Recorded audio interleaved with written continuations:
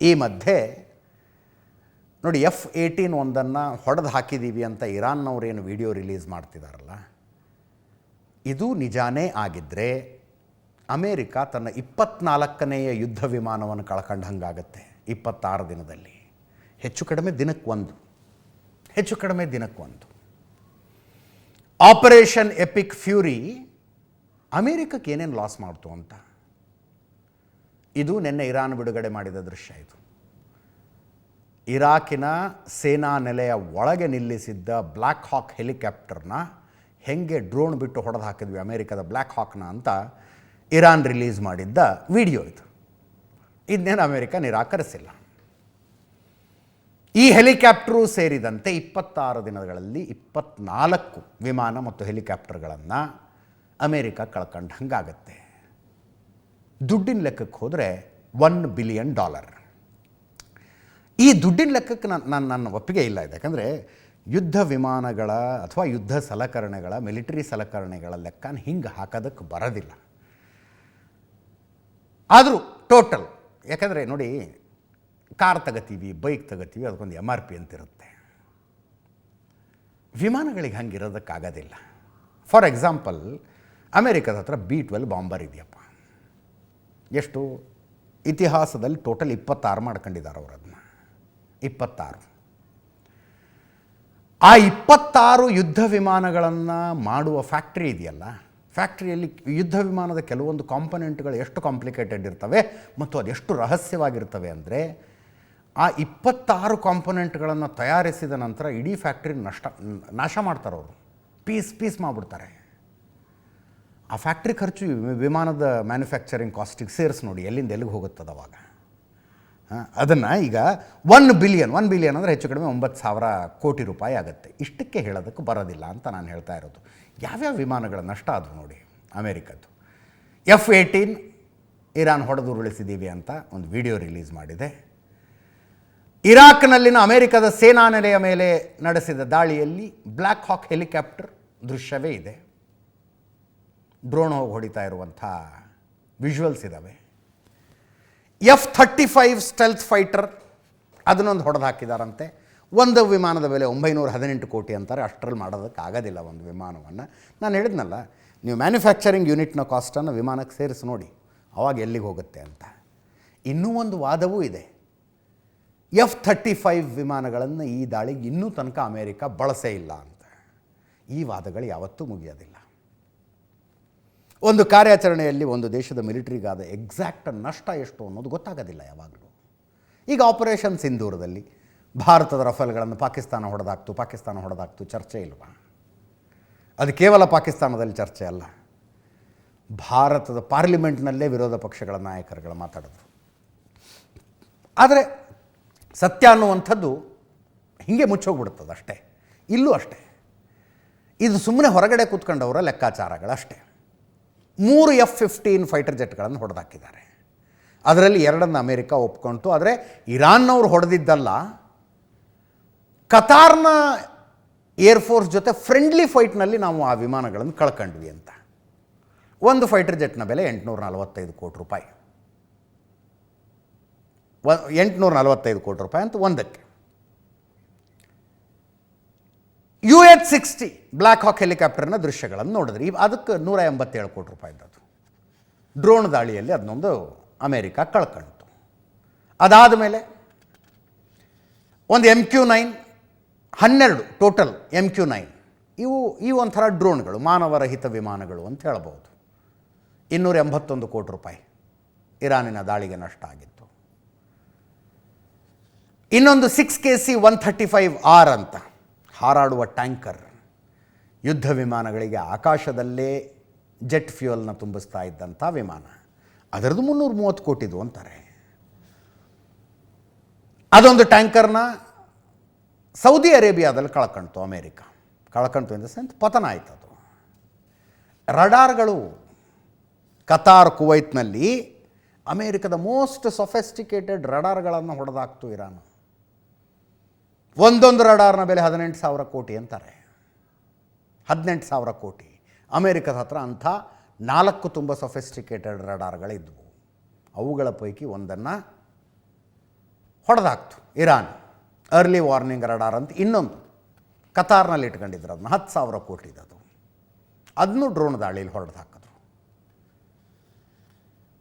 ಇನ್ನೊಂದು ANTPY ಅಂತ ಮತ್ತೊಂದು ರಡಾರು 5,000 ಕೋಟಿದು, ಕುವೈತ್ನಲ್ಲಿ ಹೊಡೆದಾಕಿದ್ರು ಅದನ್ನು. ಹೀಗೆ ಲೆಕ್ಕ ಹಾಕ್ತಾ ಹೋದರೆ ಅಮೇರಿಕದ ಟೋಟಲ್ ಲಾಸ್ ಎಷ್ಟಾಯಿತು? ರಡಾರ್ ಬಿಟ್ಟು ಲೆಕ್ಕ ಹಾಕಿದ್ರೆ, ಬರೀ ವಿಮಾನಗಳದೇ ಲೆಕ್ಕ ಹಾಕಿದ್ರೆ 9,400 ಕೋಟಿ ಅಂತ ಆಗ್ತಾ ಇರೋದು. ರಡಾರ್ಗಳ ಸೇರಿಸಿದ್ರೆ ಮತ್ತೆ ಎಲ್ಲಿಂದ ಎಲ್ಲಿಗೂ ಆಗುತ್ತದು. ಯಾವ ಪುರುಷಾರ್ಥಕ್ಕೆ ಯುದ್ಧ ಅನ್ನುವ ಪ್ರಶ್ನೆ ಅಮೇರಿಕನ್ನರಿಗೆ ಬಂದಿದ್ರೆ ಆಶ್ಚರ್ಯ ಇಲ್ಲ. ಟ್ರಂಪ್ಗಂತೂ ಬಂದೇ ಬಂದಿರುತ್ತೆ. ಇದರ ಮಧ್ಯದಲ್ಲಿ ಟ್ರಂಪ್ದು ಹೊಸ ಜೋಕ್ ಇವತ್ತು. ಅಯಾತುಲ್ಲಾ ಅಲಿ ಖಮೇನಿಯನ್ನು ಹೊಡೆದ ನಂತರ ಇರಾನಿಯನ್ನರು ಮನವಿ ಮಾಡಿಕೊಂಡ್ರಂತೆ ಟ್ರಂಪ್ಗೆ, ನಮ್ಮಲ್ಲಿ ಯಾರೂ ಇಲ್ಲ, ನೀವೇ ಬಂದು ಸುಪ್ರೀಂ ಲೀಡರ್ ಆಗಿಬಿಡಿ ಅಂತ. ಏನ್ರಿ ಇದು? ತಮಾಷೆಗೊಂದು ಮಿತಿ ಬೇಡವಾ? ಒಂದು ದೇಶದ ಅಧ್ಯಕ್ಷರು, ಅವ್ರದ್ದೇ ಆದಂಥ ಘನತೆ ಇರಬೇಕು, ಗಾಂಭೀರ್ಯ ಇರಬೇಕು. ಎಲ್ಲ ಬಿಟ್ಟು ಇರಾನ್ನವ್ರು ನನ್ನೇ ಕರೆದ್ರು ಸುಪ್ರೀಂ ಲೀಡರ್ ಆಗಿಬಿಡಿ ಅಂತ, ನಾನು ನೋ ಥ್ಯಾಂಕ್ಸ್ ಅಂತ ಹೇಳಿಬಿಟ್ಟೆ ಅಂತ. ಸೀರಿಯಸ್ಲಿ? ಅಮೇರಿಕ ಇಲ್ಲದಿದ್ದರೆ ಇರಾನ್ ನ್ಯೂಕ್ಲಿಯರ್ ವೆಪನ್ಗಳನ್ನು ಮಾಡಿಬಿಡ್ತಿತ್ತ? ಡೆಫಿನೆಟ್ಲಿ ಮಾಡ್ತಿತ್ತು. ಅಮೇರಿಕಕ್ಕಿಂತಲೂ ಇಸ್ರೇಲಿನ ಪ್ರಯತ್ನ ತುಂಬ ದೊಡ್ಡದು. ಇರಾನ್ ನ್ಯೂಕ್ಲಿಯರ್ ವೆಪನ್ಗಳನ್ನು ಮಾಡದಂತೆ ತಡೆಯುವಲ್ಲಿ ಇಸ್ರೇಲಿನ ಪ್ರಯತ್ನ ಬಹಳ ದೊಡ್ಡದು. ಇರಾನ್ ನ್ಯೂಕ್ಲಿಯರ್ ವೆಪನ್ಗಳನ್ನು ಹೊಂದಿಬಿಟ್ರೆ ಏನಾಗುತ್ತೆ? ಇಸ್ರೇಲಿಗೆ ನಾಳೆಯಿಂದಲೇ ಎಕ್ಸಿಸ್ಟೆನ್ಷಿಯಲ್ ಕ್ರೈಸಿಸ್ ಶುರುವಾಗುತ್ತೆ. ಇವತ್ತು ಅವರು ನ್ಯೂಕ್ಲಿಯರ್ ಟೆಸ್ಟ್ ಮಾಡಿದರೆ ನಾಳೆಯಿಂದಲೇ ಎಕ್ಸಿಸ್ಟೆನ್ಷಿಯಲ್ ಕ್ರೈಸಿಸ್ ಶುರುವಾಗೋದು ಇಸ್ರೇಲ್ಗೆ. ಅಂದರೆ ಇರ್ತೀವೋ ಇರೋದಿಲ್ವೋ ಅನ್ನೋ ಭಯ. ನಿಮಗೆ ಆ ಲೆಕ್ಕಾಚಾರದಲ್ಲಿ ನೀವು ನನ್ನನ್ನು ವೈಯಕ್ತಿಕವಾಗಿ ಅಭಿಪ್ರಾಯ ಕೇಳಿದ್ರೆ, ಇರಾನ್ ನ್ಯೂಕ್ಲಿಯರ್ ವೆಪನ್ಗಳನ್ನು ಹೊಂದಬೇಕಾ ಅಂತ ಕೇಳಿದರೆ ನೋ ಅಂತೀನಿ ನಾನು. ಇರಾನಿನ ಮೇಲೆ ಅಮೇರಿಕದ ನಿಯಂತ್ರಣ ಇರಬೇಕಾ? ಅದು ಕೂಡ ನೋ. ಇರಾನ್ ಒಂದು ಸ್ವಾಯತ್ತ ಸಾರ್ವಭೌಮ ದೇಶವಾಗಿ ಅಸ್ತಿತ್ವದಲ್ಲಿರಬೇಕು. ಆದರೆ ಇಸ್ಲಾಮಿಕ್ ಕಟ್ಟರ್ಪಂಥೀಯರಿಂದ ಆಳ್ವಿಕೆಗೆ ಒಳಪಡಬಾರ್ದು. ಅದು ಇಸ್ಲಾಮಿಕ್ ಕಟ್ಟರ್ಪಂಥೀಯರ ಆಳ್ವಿಕೆಗೆ ಒಳಪಡಬಾರ್ದು. ಎಲ್ಲಿ ತನಕ ಇಸ್ಲಾಮಿಕ್ ಕಟ್ಟರ್ಪಂಥೀಯರ ಆಳ್ವಿಕೆಯಲ್ಲಿ ಇರಾನ್ ಇರುತ್ತೋ ಅಲ್ಲಿ ತನಕ ಹಿಜ್ಬುಲ್ಲಾ, ಹೌತಿ, ಹಮಾಸ್ನಂಥ ಭಯೋತ್ಪಾದಕ ಸಂಘಟನೆಗಳು ನಿತ್ಯ ಹರಿದ್ವರ್ಣವಾಗಿರ್ತವೆ. ಇಸ್ರೇಲ್ನಂಥ ದೇಶಗಳಿಗೆ ಇರ್ತೀವೋ ಇರೋದಿಲ್ವೋ ಅನ್ನೋ ಭಯ ನಿರಂತರವಾಗಿರುತ್ತೆ. ಇವತ್ತಲ್ಲ ನಾಳೆ ನ್ಯೂಕ್ಲಿಯರ್ ವೆಪನ್ ತಯಾರು ಮಾಡಿದವರು ಅಮೇರಿಕವನ್ನು ರೀಚ್ ಆಗುವಂಥ ಮಿಸೈಲ್ ಯಾಕೆ ಮಾಡೋದಿಲ್ಲ? ಮಾಡ್ತಾರೆ. ಹಾಗಂತ ಈ ಯುದ್ಧ ಸಂಪೂರ್ಣವಾಗಿ ಅಮೇರಿಕದ ಮೇಲುಗೈಯಾಗಿ ಈಗ ಇರಾಕ್ ಮೇಲೆಲ್ಲ ನಿಯಂತ್ರಣ, ಇರಾಕ್ ಮೇಲೆ, ವೆನಿಜುವೆಲಾದ ಮೇಲೆ ಕಂಟ್ರೋಲ್ ತೊಗೊಂಡ್ಬಿಟ್ಟಿದಾರಲ್ಲ, ಹಂಗೆ ತಗೊಂಡ್ಬಿಡ್ಬೇಕು ಅಮೇರಿಕದವ್ರು ಅಂದ್ರೆ ನೋ, ಹಂಗಾಗಬಾರ್ದು. ಇರಾನ್ ಈಗಿರುವಷ್ಟೇ ಸಾರ್ವಭೌಮ ದೇಶವಾಗಿ ಮುಂದುವರಿಯೋದರ ಅವಶ್ಯಕತೆ ತುಂಬ ಇದೆ. ಈ ಮಧ್ಯೆ ಕ್ರಿಸ್ಟೋಫರ್ ಮರ್ಫಿ ಅಂತ ಡೆಮೊಕ್ರೆಟಿಕ್ ಸಂಸದರು, ಅಮೇರಿಕದ ಸಂಸದರು, ಪಾರ್ಲಿಮೆಂಟ್ನಲ್ಲಿ ಮಾತಾಡ್ತಾರವರು. ಇವ್ರು ಹೇಳೋದು ಒಂದು ದಿನಕ್ಕೆ $2 ಬಿಲಿಯನ್ ಖರ್ಚಾಗ್ತಿದೆ ಅಮೇರಿಕಕ್ಕೆ ಅಂತ. ಒಂದು ದಿನಕ್ಕೆ $2 ಬಿಲಿಯನ್. $1 ಬಿಲಿಯನ್ ಅಂದರೆ ರೌಂಡ್ ಫಿಗರ್ನಲ್ಲಿ ಒಂದು 9,000 ಕೋಟಿ ರೂಪಾಯಿ, 18,000 ಕೋಟಿ ಪರ್ ಡೇ ಖರ್ಚಿದೆ ಅಮೇರಿಕಕ್ಕೆ ಈ ಯುದ್ಧದಿಂದ. ಕ್ರಿಸ್ಟೋಫರ್ ಮರ್ಫಿ ಡೆಮೊಕ್ರೆಟಿಕ್ ಸಂಸದರು ಎಷ್ಟು ಅಕ್ಯುರೇಟಾಗಿ ಹೇಳಿದ್ರು ನೋಡಿ ಅವರು. ಈ ಯುದ್ಧದ ಗುರಿ ಏನು? ಇವತ್ತಿನ ಗುರಿ ಏನು? ನಡೀತಾ ಇರುವ ಯುದ್ಧದ ಗುರಿ ಹಾರ್ಮುಜ್ ಜಲಸಂಧಿಯನ್ನು ಮುಕ್ತ ಮಾಡುವುದು ಗುರಿ. ಅದೇ ಅಲ್ವಾ ಇಮ್ಮಿಡಿಯೇಟ್ ಗೋಲ್ ರೀಚ್ ಆಗಬೇಕಾಗಿರೋದು. ಯುದ್ಧ ಶುರುವಾದಾಗ ಏನಂದರು? ಇರಾನ್ ನ್ಯೂಕ್ಲಿಯರ್ ಪ್ರೋಗ್ರಾಮ್ ನಷ್ಟ ಮಾಡ್ತೀವಿ, ಇರಾನಿನಲ್ಲಿ ರೆಜಿಮ್ ಚೇಂಜ್ ಮಾಡ್ತೀವಿ, ಇರಾನಿನ ಜನರಿಗೆ ಸ್ವಾತಂತ್ರ್ಯ ಕೊಡಿಸ್ತೀವಿ, ಎಲ್ಲ ಇತ್ತದು ಯುದ್ಧ ಶುರುವಾದಾಗ. ಇವತ್ತಿನ ಗುರಿ ಹಾರ್ಮುಜ್ ಜಲಸಂಧಿಯನ್ನು ಬಂದ್ ಮಾಡೋದು. ರೆಜಿಮ್ ಚೇಂಜ್ ಬಗ್ಗೆನೂ ಯಾವನೂ ಮಾತಾಡ್ತಿಲ್ಲ, ನ್ಯೂಕ್ಲಿಯರ್ ವೆಪನ್ಸ್ ಬಗ್ಗೆ ಮಾತಾಡ್ತಾ ಇಲ್ಲ, ಇರಾನಿನ ಆಡಳಿತದ ಕೈಯಲ್ಲಿ ಇರಾನಿನ ಜನರ ಸಂಕಷ್ಟದ ಬಗ್ಗೆ ಯಾರೂ ಮಾತಾಡ್ತಿಲ್ಲ. ಹಾರ್ಮುಜ್ ಜಲಸಂಧಿ ಮುಕ್ತ ಮಾಡಿಬಿಡ್ತೀವಿ ಅಂತ. ಫೆಬ್ರವರಿ 28 ತನಕ ಮುಕ್ತನೇ ಇತ್ತಲ್ರಿ ಹಾರ್ಮುಜ್ ಜಲಸಂಧಿ. ಅಲ್ಲಿ ಹೋಗಿ ಬರೋ ಹಡಗಿಗೆ ಯಾವನು ಹೋಗಬೇಡ ಅಂತಿದ್ದ, ಯಾವನು ಬರಬೇಡ ಅಂತಿದ್ದ, ಆರಾಮಾಗಿ ಓಡಾಡ್ಕೊಂಡಿದ್ವಪ್ಪ ಹಡಗು. ಅದನ್ನೇ ಕ್ರಿಸ್ಟೋಫರ್ ಮರ್ಫಿ ಹೇಳೋದು. ಯಾವ ಸಮಸ್ಯೆಯೇ ಇರಲಿಲ್ಲವೋ ಆ ಸಮಸ್ಯೆಯನ್ನು ಸಾಲ್ವ್ ಮಾಡೋಕ್ಕೆ ಹೋಗ್ತಾ ಇದ್ದೀವಿ ನಾವು ಅಂತ. ಮುಂಚೆ ಇರಲಿಲ್ಲ. ಸಮಸ್ಯೆ ಸೃಷ್ಟಿಯಾಗಿದ್ದು ಯಾವುದರಿಂದ? ಯುದ್ಧದಿಂದಾಗಿಯೇ. ಅವ್ರು ಹೇಳೋದು, ನಾವು ಆರಂಭಿಸಿದ ಯುದ್ಧದಿಂದ ಈ ಸಮಸ್ಯೆ ಸೃಷ್ಟಿಯಾಗಿದೆ, ಈಗ ಈ ಸಮಸ್ಯೆಯನ್ನು ಬಗೆಹರಿಸಿ ನಾವೇನೋ ಜಗತ್ತಿಗೆ ಉಪಕಾರ ಮಾಡ್ತೀವಿ ಅಂತ ಓಡಾಡ್ತಿದ್ದೀವಿ ಅಂತ ಪಿನ್ ಪಾಯಿಂಟಾಗಿ ಹೇಳಿದ್ರು ನೋಡಿ ಅವರು. So accurate.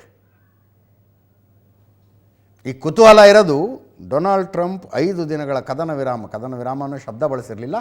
V will not attack on fuel stock ಅಂತಲೇ ಹೇಳಿದರು. ಅದು ನಾಳೆಗೆ ಮುಗಿಯುತ್ತೆ. ನಾಡಿದ್ದಿನಿಂದ ಏನು? I still remember Prem Shekhar sir ಜೊತೆಗೆ ಮಾತಾಡ್ತಿದ್ವಿ ನಾವು ಈಗ 1-2 ದಿವಸದ ಹಿಂದೆ.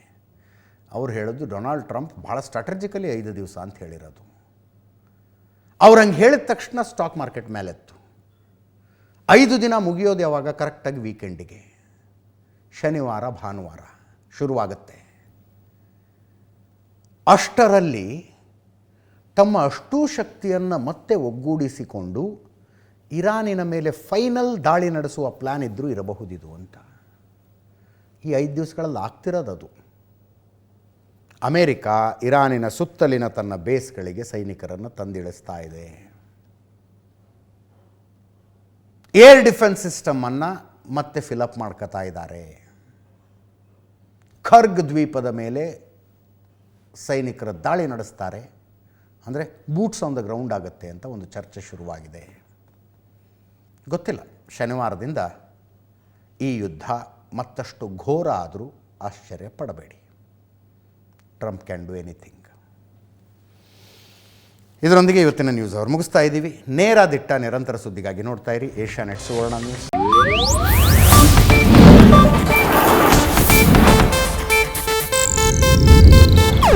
ಇದು ಏಷ್ಯಾನೆಟ್ ನ್ಯೂಸ್ ನೆಟ್ವರ್ಕ್ ಪ್ರಸ್ತುತಿ.